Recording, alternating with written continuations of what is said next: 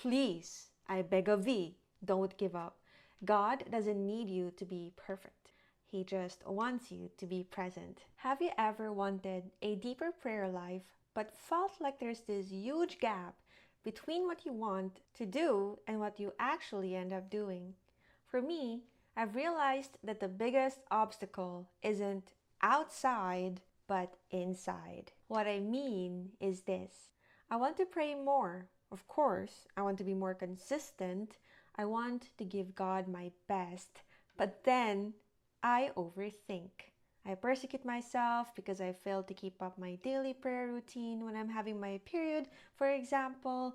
And if I fail to pray as I desired the previous day, I sometimes give up on today as well because I feel like I've already failed the whole week anyway.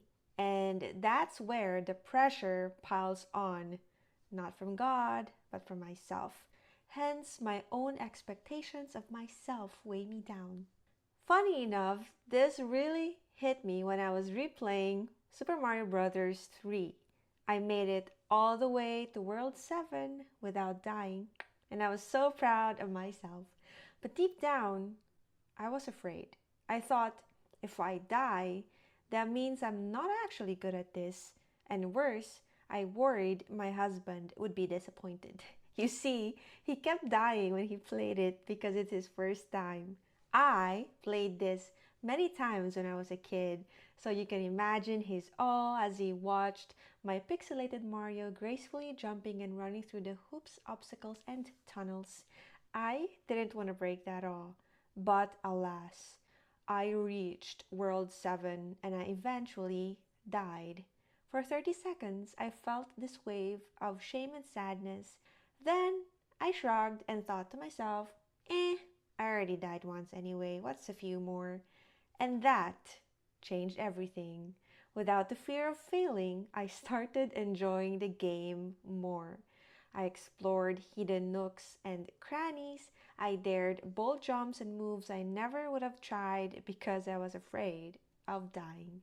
And in the middle of it, I thought, I wish I had this attitude in prayer sooner. Isn't that how prayer feels sometimes? We're so afraid of failing at it that we stop enjoying and relishing the moment. We put so much pressure on ourselves. I can't lose focus. I can't miss a day. I can't let my prayer be dry. And when we fail, when we get distracted or miss a day or feel nothing, we think we're terrible at this.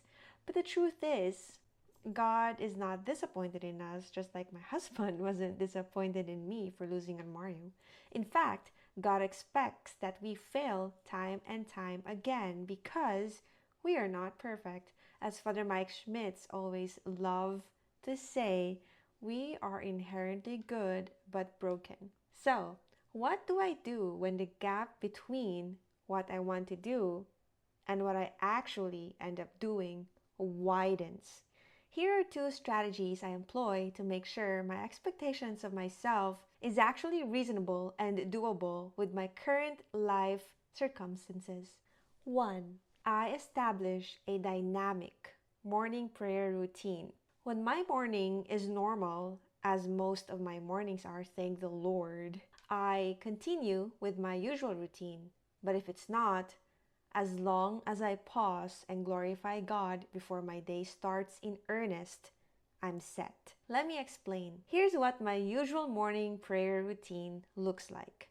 I pray an Angel of God, 7 Glory Bees, Hail Mary of Gold, prayer of consecration to the Blessed Virgin Mary, and a prayer to consecrate myself to Saint Joseph, and then the Saint Michael prayer. Then I start praying my first rosary of the day and do a Lectio Divina. If you're interested in knowing why exactly I pray those specific prayers, let me know in the comments below. Also, while you're at it, please share what your morning prayer routine looks like. I would love to know. Here comes the other mornings. You see, life is pretty inconsistent. Some mornings my brain fog is too thick because of my period. Other times we need to travel and go somewhere, or I have a doctor's appointment for my general checkups, so I need to hustle and bustle early in the morning.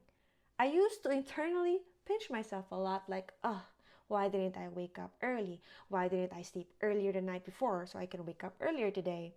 Just like when I fall over a chasm when playing Mario, I would scold myself and say, why didn't I jump on time? Or I should have jumped higher. But the more I go through the cycle of dying and trying again, the more natural trying again becomes. So with my prayer life, I'm learning that A, why do I expect myself to be perfect when I'm not? B, I need to accept that I'm not perfect. C, the more I fixate on my imperfections, the less I look at God's perfection, beauty, and mercy. Hence, less of me and more of God. And so, during days when I'm not feeling well or I fail to wake up earlier than usual, during super busy days, as long as I kneel down, look into the eyes of Jesus in my old Sacred Heart portrait, and tell him that he is my God and that I love him, I am at peace. I can bring Jesus along with me as I buzz about my day. Which brings me to 2. I do my best to be aware of God's presence throughout the day. And I think Saint Therese of Lisieux said it best. For her, prayer is an aspiration of the heart. It is a simple glance directed to heaven.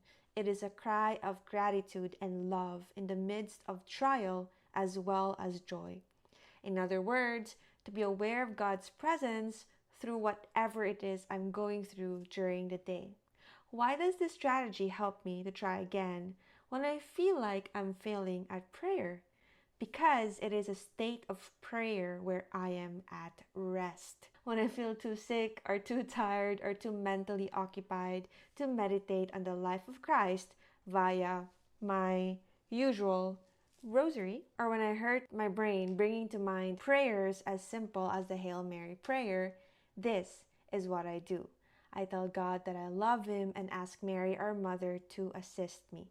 That's also why I love prayer cards. They make it easier to pray when my brain is foggy or my heart is heavy. If you'd like to see some of the cards I've been designing, I've linked my Etsy shop below. Let me know in the comments what prayer cards you'd love to see next. So, if you felt like you're bad at prayer or you're afraid of failing in your spiritual life, please, I beg of thee, don't give up. God doesn't need you to be perfect. He just wants you to be present. If this reflection helped you, please give it a like. That way you'll see more videos like this. Share it with a friend who could use some encouragement today. And don't forget to subscribe so you can stay updated on new ideas I'm working on for this channel and my Etsy shop. Thank you for watching. I'll see you in the next video.